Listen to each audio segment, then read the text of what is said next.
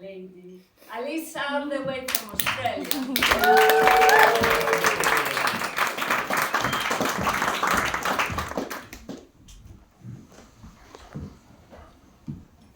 Yeah, can I have that light on? Do you want the light? I want to see people. Yes. Okay, then I will. Sorry, it's weird, but yeah, I will look at you.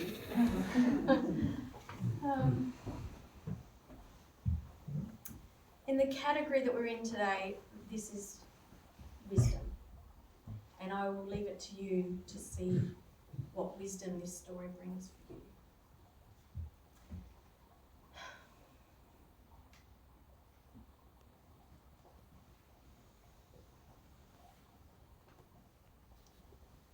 Peace to the heavens, heaven to earth, earth under sky, strength in both.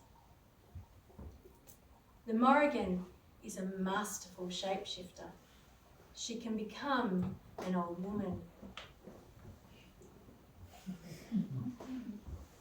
She can be a wolf leading the pack. She can be an eel sliding through the water. Or she can be a woman that no mortal man or God can resist. But her favourite form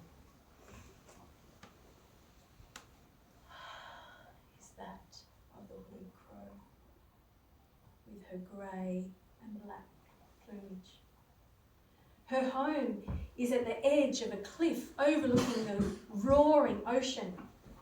And from there she takes off over the rolling green hills and groves that she watches over. She is the protector, the sovereign. She is in the mountains. She is in the caves. She is in the forest groves. All-knowing, all-seeing.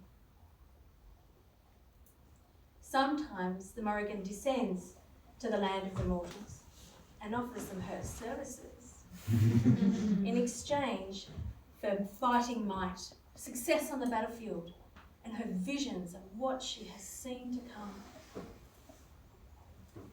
At the turn of the season, when the veil between life and death is thin, she meets with the Dagda, the Father God, a great, big man, being with a hooded cloak and a magic staff. They meet to ensure the fertility of the land for the year to come. On the day that they meet, the Morrigan is in her goddess form, naked, in the river, 9 long tresses down her back. And she sees him in the distance. And she rises up, rising, 1 foot reaches the side of the river, rising, the other foot reaches the other side of the river. The water seems to flow from her. Perhaps it does. She invites the Morrigan to couple with her. He serves her very well indeed. In exchange, she gives him insights into a battle that's to come. The winds of death are on your doorstep. They will come like grains of sand on the beach and waves in a stormy sea. I will take the blood of the heart of their king, you.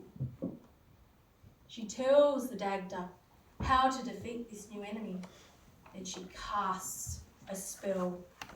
Kings arise, flesh is decimated. I see all who are born at the blade of a sword. The battle is fierce, and the Morrigan does take the blood of the heart of the other king. They're pushed back into the sea, defeated. Peace to the heavens, heaven to earth, earth under sky, strength in both. But not everybody appreciates the gifts that the Morrigan gives. Cuchulainn is a mighty warrior, short in stature, but he once fought off an entire army single-handedly. He was gifted by the gods amazing gifts. 7 toes on each feet, 7 fingers on each hand, 7 pupils in each eye, and during a battle he would transform into a raging storm of fury with a golden light coming out his forehead. This made him very attractive to women indeed.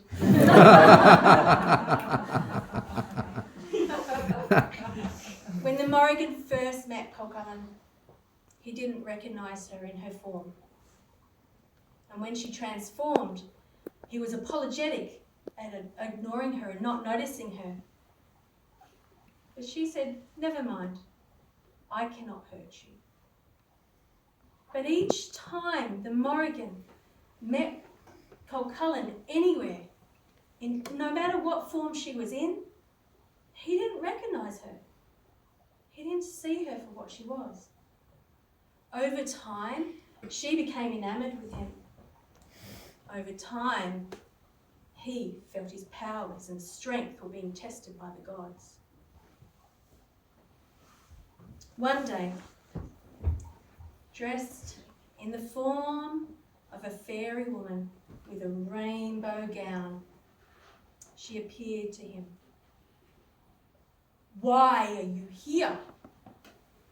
I have come to offer you my love, my cattle, my treasure, and my vision in seeing all." "I don't want the kind of help you're offering." "Well, evil will come upon you then." "I care not." "I care, for I was, am, and will be your protector in death." At that, the Morrigan brought forward a cow. "The time you have to live is when the calf in this cow's body is a yearling. At that time, there will be a great battle." "I do not fear battle."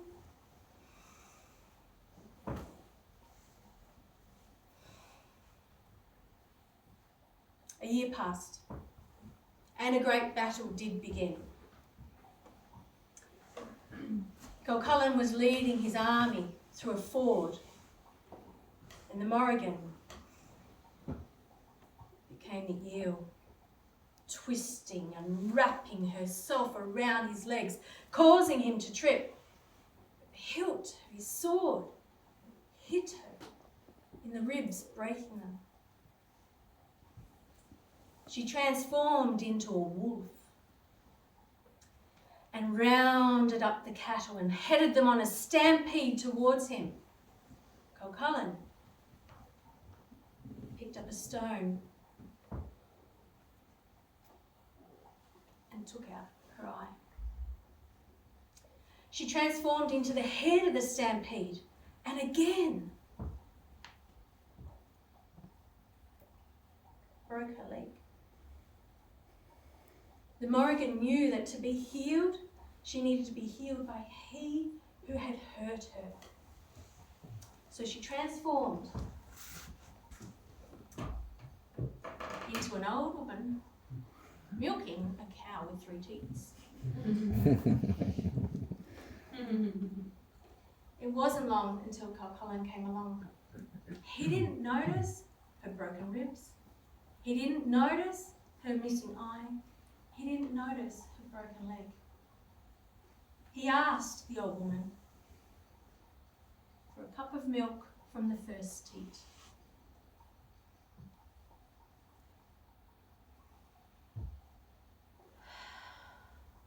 Her ribs were healed. He asked for a cup from the second teat.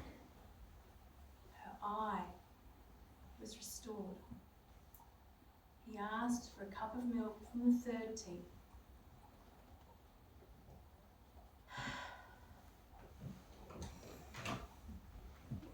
You would never have helped me had you known. No. Cullen was still headed towards the battlefield. The Morrigan dismantled his chariot, delaying his departure. He turned to his loyal horse of many years, and his horse turned its head away from him. He tried to reassure his horse that they'd been in battle together before. It's okay, we've done this before. But the horse, by tears of blood that landed on Cullen's feet,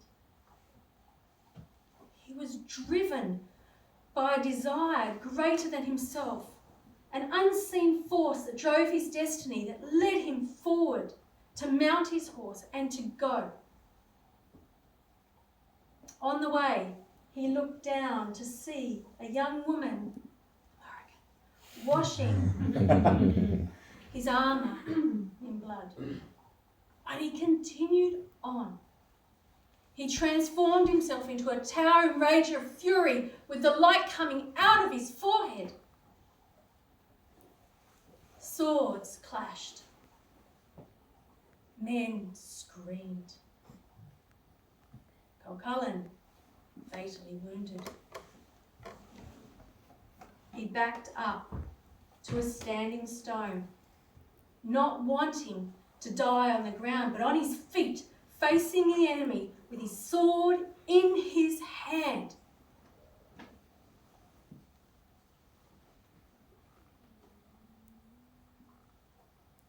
The Morrigan landed on his shoulder and sang the victory song.